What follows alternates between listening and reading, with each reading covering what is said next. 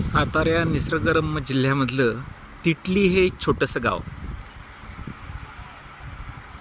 त्यामध्ये हे जलसागर नावाचं एक छोटंसं हॉटेल आहे. चवीसाठी अत्यंत प्रसिद्ध. सातारा कोल्हापूर भागातले लोक इथं या छोट्याशा गावात जेवण करण्यासाठी येतात. मी इथं प्रत्यक्ष राहून इथल्या चवीचा आनंद घेतलेला आहे. 2 दिवस मागं 10 वर्षापूर्वी मी इथं राहिलो होतो.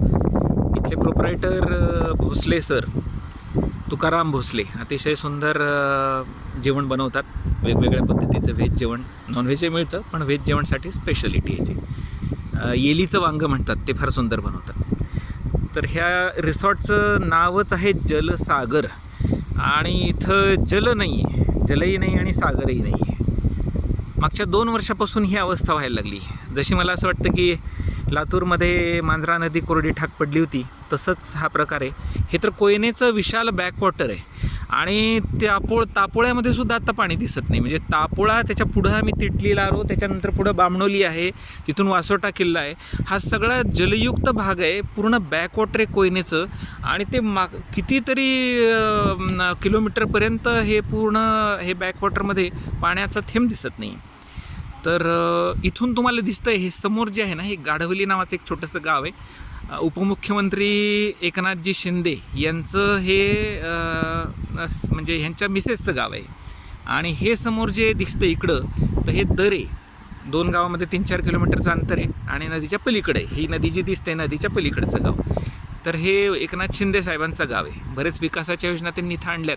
पण एक योजना मलाही सुचवावीशी वाटते की जसं मांजरा नदीतील गाळ काढून लातूर जलयुक्त बनलं, तसंच आता ही ऑपॉर्च्युनिटी आहे या उन्हाळ्यामध्ये किंवा पुढच्या उन्हाळ्यामध्ये की हा जो गाळ काढला तर या खोऱ्यामध्ये परत प्रचंड पाणी साठेल. कारण गाळ खूप साचलेला आहे आणि ही पावटा माती असते, ही शेतकऱ्यांना अतिशय उपयुक्त असते.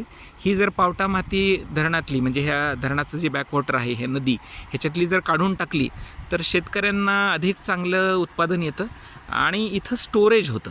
तर नदीमध्ये स्टोरेज करणं, ही जी पंजाब भागातली ही जी सिस्टीम आहे, ती लातूरमध्येही जलयुक्त शिवारच्या काळात वापरण्यात आली आणि तशीच वापरण्याची गरज जी आहे ती आता इथंसुद्धा पडलेली आहे. आणि म्हणून हा जर व्हिडिओ कोणी ऐकत असेल तर माझी विनंती आहे एकनाथ शिंदे साहेबांना की एक 100-200 JCB कामाला लावाव्यात आणि हे पूर्ण गाळ काढून टाकावा.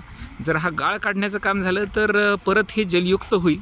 जसं लातूर जलयुक्त झालं, तसंच सातारा जिल्ह्यातलं हे जे जलसागरच्या जवळ हे तिटली गाव आहे किंवा आसपासचे सगळेच तापोळा आहे, हे देखील परत उन्हाळ्यातसुद्धा जलयुक्त राहतील.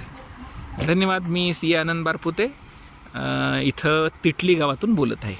थँक्यू.